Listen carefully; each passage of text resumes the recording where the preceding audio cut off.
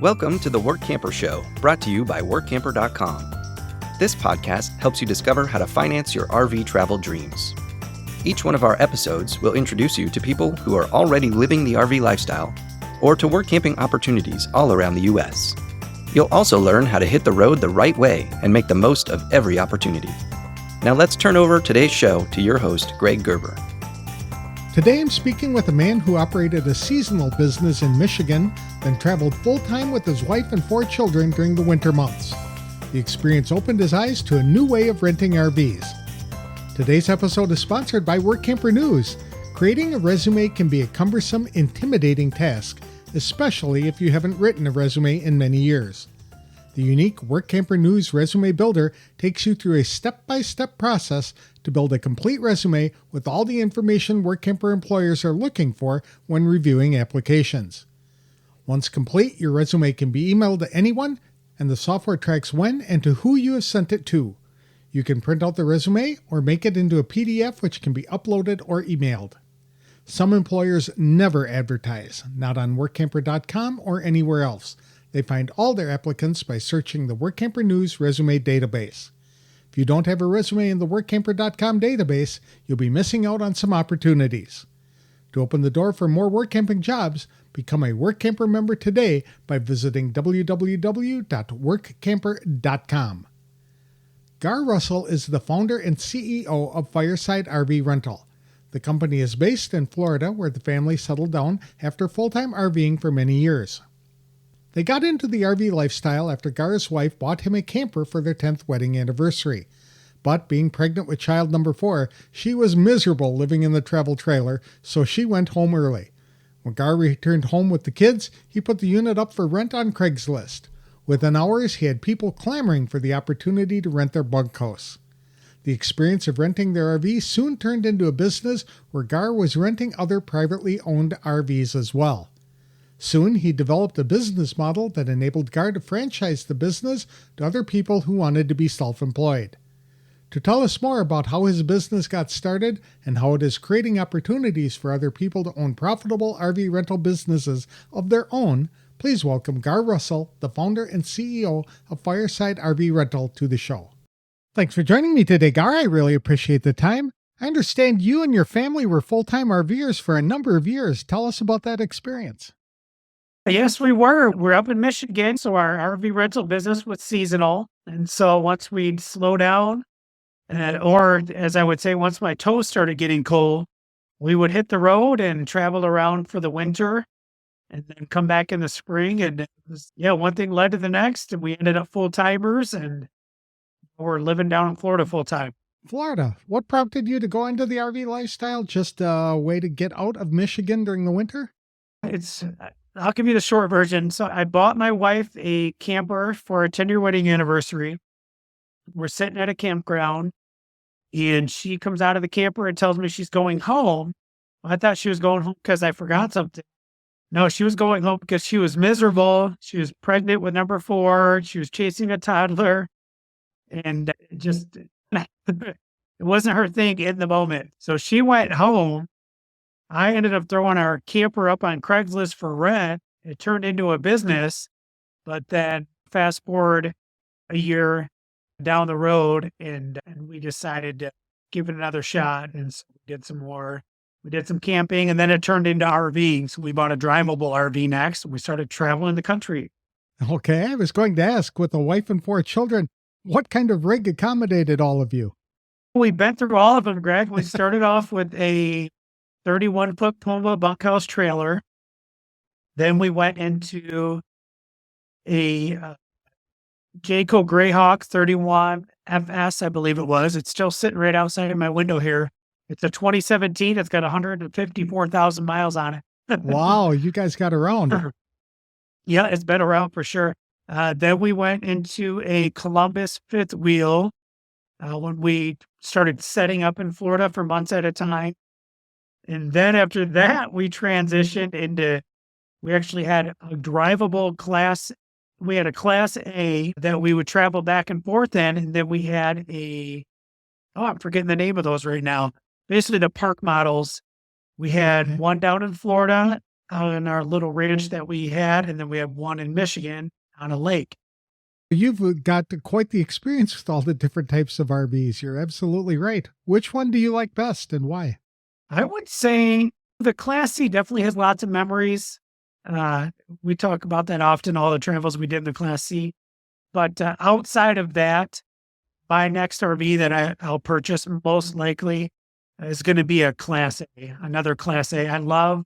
It's like you're driving a big screen TV down the window or down the road. I just love the view, the openness, the spaciousness. Then when you're set up, it's almost like a mixture between a fifth wheel and a Class C because they're so stable and secure. And yeah, I definitely say I'm a Class A guy. I almost bought a Berkshire 450 CSA, I believe it was, during COVID. It would have been a complete emotional purchase. It was like a $600,000 RV. I thank the Lord I didn't make that decision, but yeah, down the road, we'll jump back into a Class A. Okay. How old were your kids when you were RVing? Isabella, our 8-year-old, was pretty much spent most of her life in an RV. So like I said, when I bought that travel trailer, my wife was 7 months pregnant with Isabella. Fast forward about a year, we started traveling in our Class C that we bought when we were scaling our RV rental business in our off months. And so she has spent most of her life. It's funny, actually, when we moved into this house that we've been in for 2 years now, I don't know, a month, 6 weeks, 8 weeks down the road, she was confused. She's, Dad, when are we she thought we were staying at an Airbnb almost. Like, Dad, when are we going to hit the road again? This house has been great, but I'm ready to travel. And my 2 young ones, my 8 and my 10-year-old, if I was to tell them we were hitting the road right now, they could literally have all their stuff, Greg, in the RV in 15 minutes ready to go. That's fun. I know that a lot of kids either love it or they hate it. And most of them start out skeptical, but after they get a chance to experience what road schooling is and learning on the road by visiting places that other students are reading about, they generally climb on board. Oh, yeah, definitely. And that's the scenario with us, too. Our oldest is a girl. She's going to be 16 here on Christmas Eve. And that was really what pulled us off the road, I would say, because we'll probably still be doing it, is just giving her some normalcy for a couple of years and some stability and friendships and things like that. We ship her off to YWAM Circuit Riders in California in 2 Septembers. And then I've already been slowly working on my wife here to see if we can start getting in the works for some more traveling. Well, that'd be fun. How did you support your family when you were on the road? So we owned a credit counseling company, and then the RV that I was saying that I bought, we started renting out when my wife didn't enjoy it. That turned into a business. I literally, within hours of listing the RV on Craigslist, I had people messaging me wanting to rent it. And with my entrepreneurial experience, we had done some real estate, just all the different gifts that God had put in me. They all came to surface, and I quickly realized, man, this is a business. And the Lord told me right off the bat, use other people's RVs. So I started reaching out to friends and family members. And heck, I remember one time I literally pulled into a guy's driveway from seeing his RV sitting in the yard and the grass growing around it. And I said, give me the keys. This thing's sitting here doing nothing. I'll put it to work for you. And so, yeah, we turned that into a business. We had a fleet of about 50 RVs that we rented out. And then after that, the Lord said, okay, now I want you to turn it into a franchise, which I got to admit, I resisted on that for a good year or so.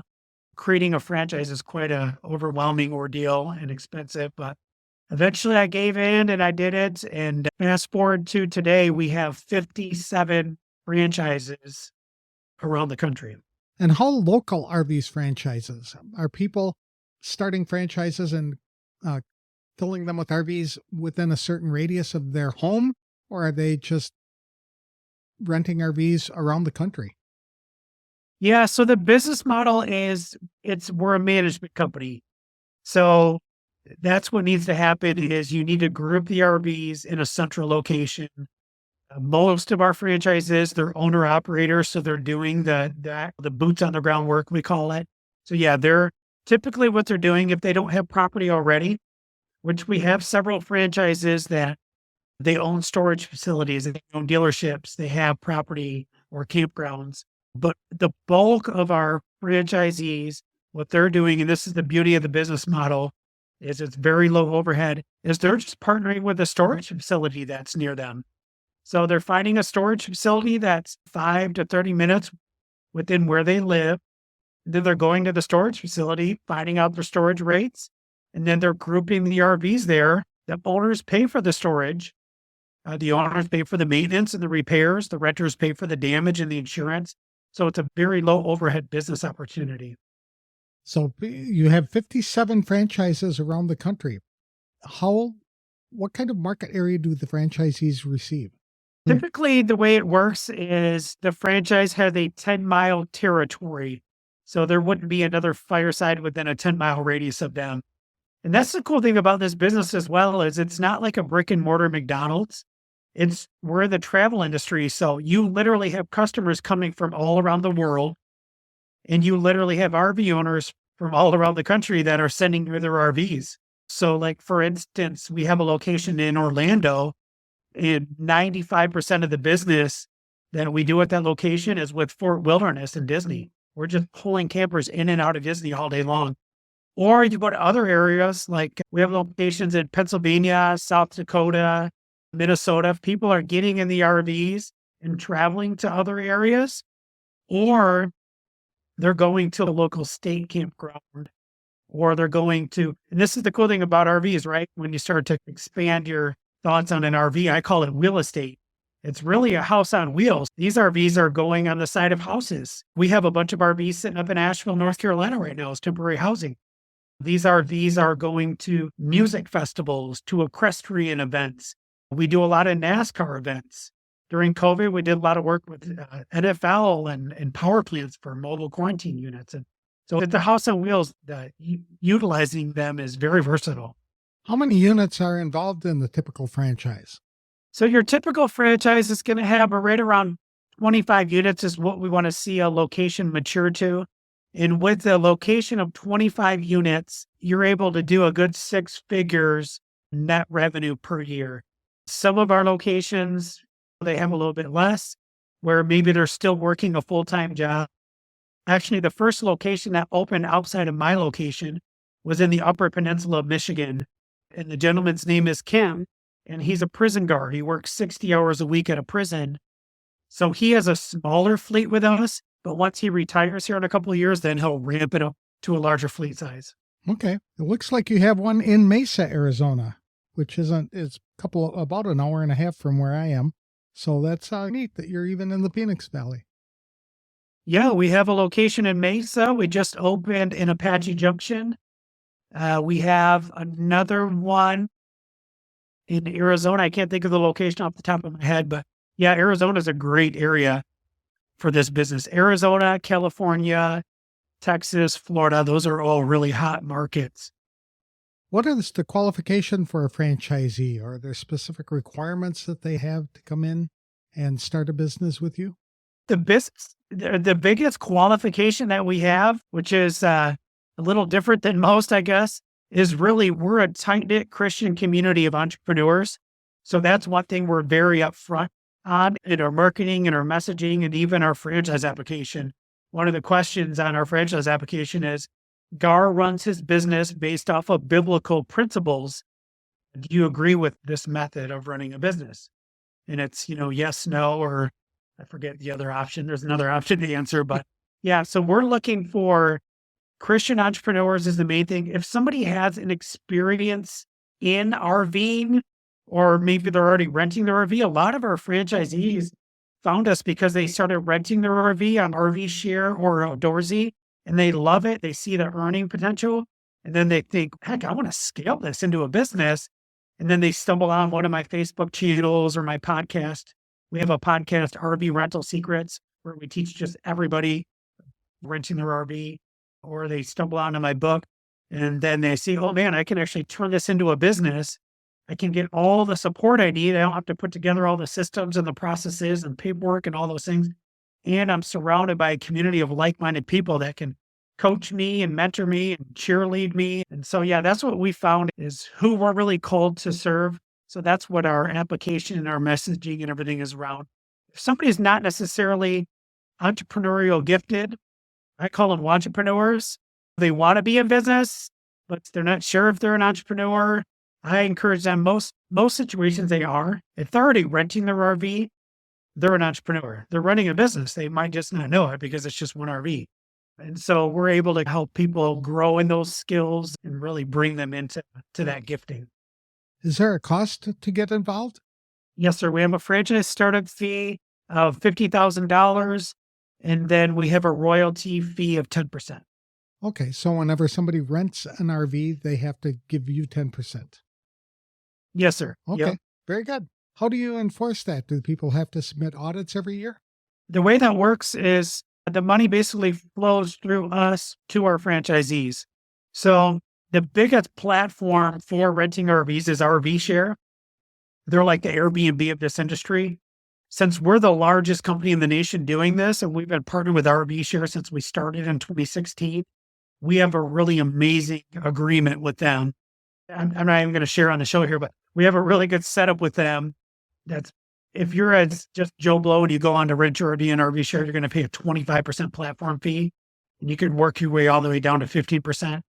We have a phenomenal agreement with them that helps our franchisees to save, and I call it the power of partnership. Mm-hmm. And then so basically what happens is when a rental takes place, RV Share releases the funds on the Fireside Corporate.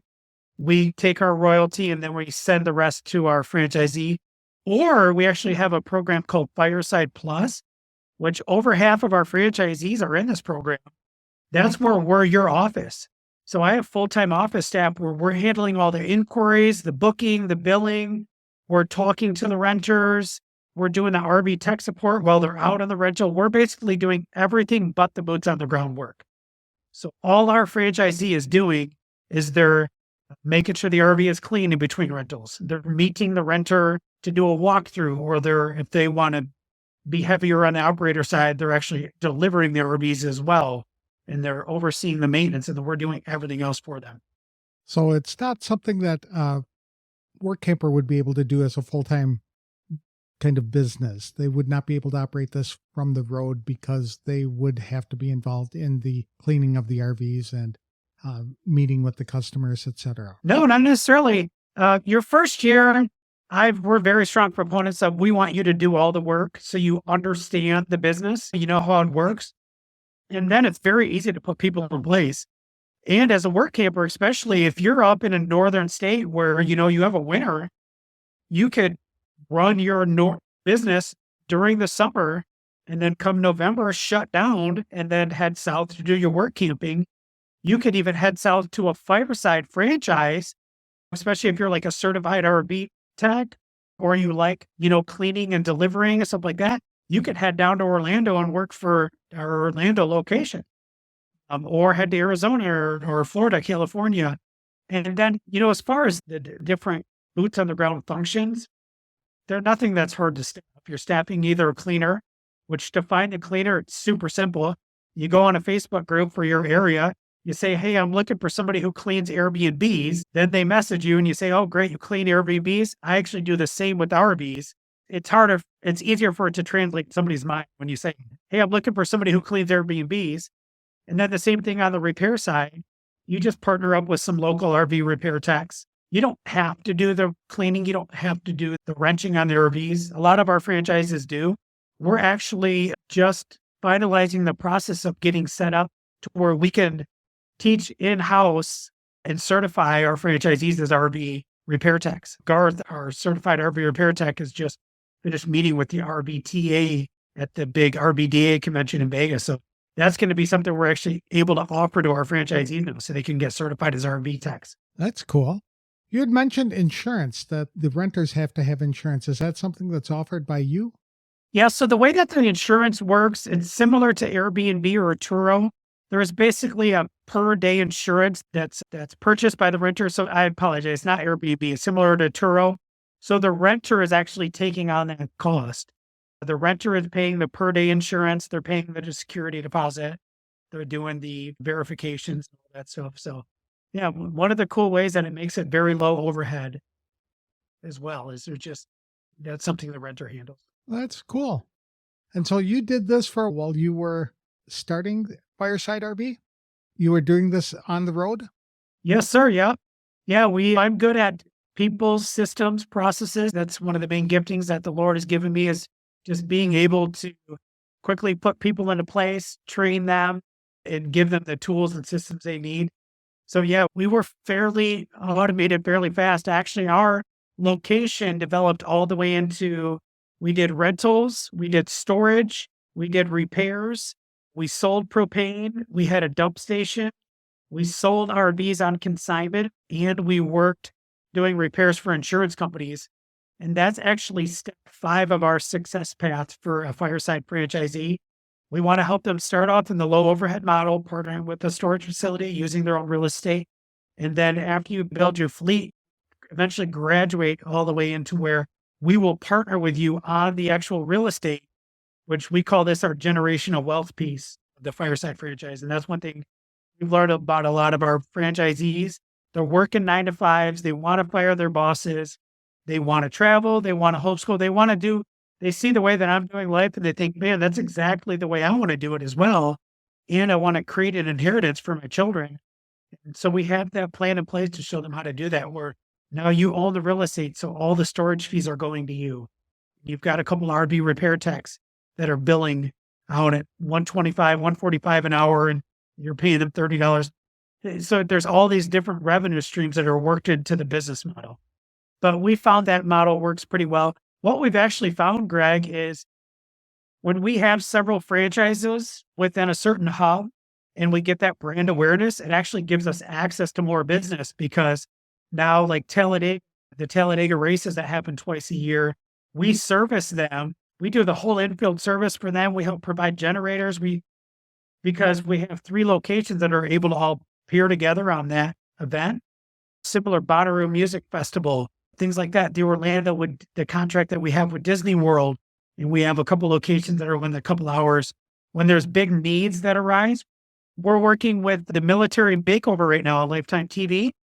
They reached out to us because of our nationwide reach. They travel around the country making over homes for veterans, and we're able to help sponsor as far as providing RVs and stuff like that. So because we have this nationwide reach and branding, we're able to do more together. It's that power of partnership, which just is so cool. If somebody really wanted to do this business and they were like full-time RVers or work campers right now and wanted to start one, and you had mentioned like working up in Washington for the summer and then going out and doing work camping in the fall and the winter at some other place. Somebody wanted to start a franchise, would you be able to help them identify open markets that would be good, or would they have to do the research on their own? Yeah, we could definitely help them identify a market. And the first thing we want to do is figure out what would their ideal location be. The same thing we tell RV owners when they're like, hey, we want to purchase an RV and then we're not using it, put it in your program. I say, okay, great. First, pick the RV that you think is going to be best for your family, because there's no point of buying an RV that you don't even want to camp in. Same thing for a franchisee. We're actually working with a couple right now, the Swaders. They're work campers. He's an RV tech. They're up in Minnesota right now. They're getting ready to come down and launch a Fireside. And we're trying to put the final details on if they're going to be closer to Gulf Shores or Panama City or further inland in Florida. So yeah, that's something we're actually working through right now with a Fireside. We call them fire starters. That's our tribe name is fire starters. So that's something we're working on with the Swaders, some fire starters that are just joining the family. That's neat. Have you had any challenges running the business or actually traveling in your RV? Oh yeah, definitely. There's always challenges. As one of my mentors, Russell Bronson or Myron Golden says, disruption always follows intention. So whenever you set out to do something, there's always a disruption. And I'm sure even you RVers listening to this know, right? That's one of the harder parts of the business as far as challenges is renters of RVs. They don't understand. Pretty much every time you go out, something's bound to happen. We as RVers know that because these things are not built the best. Oh, they're driving down the road and bouncing through potholes and all that kind of stuff. Yeah, that would be one of the challenging sides to the business is literally one of our emails that goes out to our renters is s'mores in the great outdoors. I wrote this email about 8 years ago, and I still remember the title: S'mores in the Great Outdoors, the Smells of Camping. And this whole email was written to let the renter know, hey, guess what? There's a chance that camper is not going to smell good after a couple days because y'all don't understand how toilet systems work. And you're going to be in there with kids, and they're going to be flushing the toilet. They're going to be standing there with their foot on the pedal, like just looking down the hole to see what's at the end of that mysterious dark hole. And guess what? A bunch of vapors are going to go. So that's one of the things we're always educating our renters on, is the smells of camping. And hey, a gray tank only holds so many gallons. So you don't stand in there and take a 20-minute. If you're at a state campground, most likely you're not at full hookups. You don't take a 20-minute shower. That's not going to happen. Most likely what you're going to want to do, right, is go to the bathhouse. Mm-hmm. And renters are like, go to the bathhouse? Why? I rented this camper with a bathroom. Yeah, I get it, but it's really not as simple as it sounds. Stuff like that.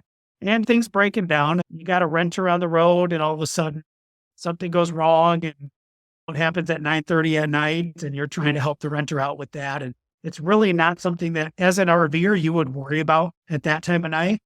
You'd say, oh, we'll just figure this out tomorrow. Let's enjoy the rest of the night. The renter does worry about that sometimes. So things like that.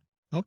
And too, on the franchisee side, one of the things that we've learned is if somebody has RVing experience, and even more importantly, we've learned if somebody has rented their RV, so they have an introduction to the RV rental industry, we found, man, that they're just going to skyrocket so fast in this business because they're going to have all that foundation in place. And then when they pair that with our tools and our coaching and our guiding and our federally trademarked branding and all that, they're going to go fast. It sounds like it. Do you have any advice for people who are considering becoming a work camper? Is it easy enough to run a business from the road or to work a remote job? I would say it definitely is, especially with technology today, how people are used to communicating with the use of AI. I know that scares a lot of people, that word AI, but man, there's so many amazing tools. Heck, even with Starlink now, and both Stacy, she's a full-time RVer and runs Fireside on the road. And so it can definitely be done. Yes. One of the quotes that I love that I was just quoting the other day in a mastermind group I was in, everything you need already exists. You're just not aware of it yet. Mm. And I think that quote fits so beautifully to anything, running a business, parenting, marriage, everything that we need, it's already there. We're just not aware of it yet.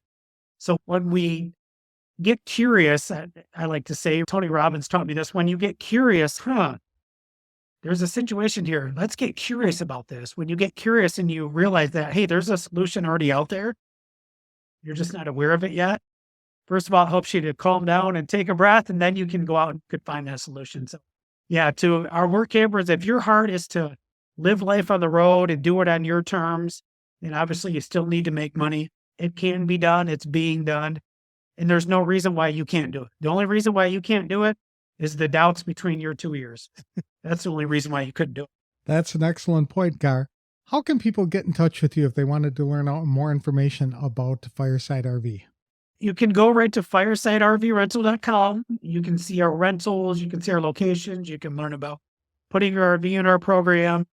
You can learn about our franchise opportunity. And then also go to mywheelestatestory.com, MYWHEL, estatestory.com. And you can download a free copy of my book that shares all about my entrepreneurial journey. I like to call it my struggles, my successes, my fun times. I'm very big on sharing, for lack of a better term in the Christian world, I love to say sharing my sin. I'm very big on sharing my struggles because that's how we learn, is when we're vulnerable and we share the times we weren't so high on the horse in life and how we came through that. And that really helps to encourage others that are in that similar situation. Many times, right, we think we're alone when we're in that situation. And the truth is we're not. There's nothing that's happened out there that's not common to man. Somebody's been there before, and their story is exactly what you need to hear to get you through it. And so I share a lot of those stories in my book. Are you actively involved in any social media sites? Yeah, we're on YouTube. We try to post a video on there almost every day. And for you work campers there that are, just a side note, that are looking for ways to make money and you're creating content. I love YouTube because YouTube is the only platform that pays you to publish. Every other platform you go to where you want to get your message out and get somebody to buy product or service from you, you're going to have to pay to do that to a large extent, or it's just general traffic. YouTube, once you hit those magic numbers of subscribers and content, they start paying you to publish. So you're literally getting paid to publish. So let that encourage you, for those of y'all that want to be out there as content creators and sell. But yeah, we're on YouTube is the main platform. And then we have a couple of Facebook groups as well. I think we've got about 30,000 members between our couple of Facebook groups for RV rental. Private owned is one of them, and RV rental. And then it lists the name of the groups, RV rental, RV share, and stuff like that.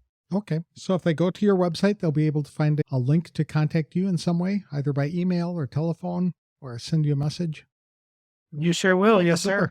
Very good. Thank you so much for sharing your story with me today, Garr. I really appreciate it. Sounds like a fun business opportunity for somebody to provide a valuable service in their local area and enjoy the benefits of RVing and work camping in the off seasons.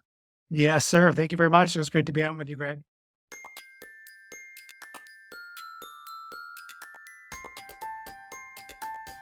I loved hearing Garr Russell's story about how one bad experience when his wife was pregnant opened the door for a business that is changing lives across the country today.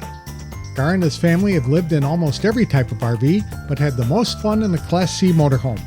He said the best part of their family's travels was road schooling their children by exposing them to a variety of activities, places, and experiences all across America.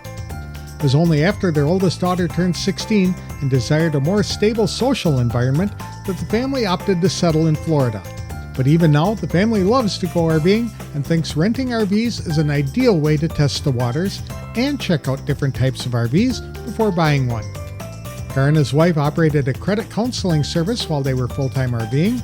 After he started renting RVs, Garr amassed a fleet of nearly 50 privately owned vehicles that he was renting through his business. Fireside RV Rentals is basically a management company acting as an intermediary to connect private owners with people who manage fleets of RVs in their local area. Today, there are 57 franchises across America, each of which have exclusive right to use the Fireside RV Rental brand within a 10-mile territory. Most franchises maintain fleets of around 25 rental units. Garr teaches business owners how to find RVs to rent, where to store them, how to rent them, and to do so while making a good income. RV owners pay most of the upfront costs for storage, maintenance, and repairs. Renters pay for insurance and any damage they may incur. As a result, Garr said Fireside RV Rental is a low-cost business opportunity. Not only do they rent RVs to local businesses, but also to people who may fly into the area for a vacation. It costs $50,000 to buy a franchise, and then Garr's company earns a 10% royalty on each rental contract. The franchisees keep the rest after covering their overhead. Franchisees typically earn at least $100,000 per year. That means a business owner can rent RVs during the summer months and take off in the fall to full-time RV all winter, which is what Garr and his family did for years. As a faith-driven business owner, Garr runs Fireside RV Rental according to Christian principles, and he likes working with other business owners who share his faith. Garr started a podcast called RV Rental Secrets to teach people how to be successful in their own businesses, and he also wrote a book titled My Real Estate Story, which people can download for free from the resources page at www.firesiderentalfranchise.com. For more information about renting RVs, visit www.firesiderental.com. The company also has a YouTube channel and is active on Facebook. Today's episode was brought to you by the featured employers at Workamper.com. These Workamper employers have taken the extra step to share some photos and detailed information about their Workamper programs with you, so be sure to check them out today. Opportunities exist for solos, couples, and families, whether they are full-time, part-time, seasonal, or even long-term jobs. Some are income opportunities, and others involve volunteering at locations throughout the United States. Go to www.workamper.com/FE to meet the featured employers today. If you are an employer seeking to hire work campers, then you can learn how to benefit from year-round recruiting by becoming a featured employer. visit www.workamper.com/FE details. That's all for this week's show. If I can pull it off over the holiday, I'm planning a fun, tongue-in-cheek interview for the episode scheduled to be released the afternoon of New Year's Eve. So tune in again on December 31st for the last episode of 2024. May you enjoy a happy, memorable, and stress-free Christmas holiday. Thank you for listening.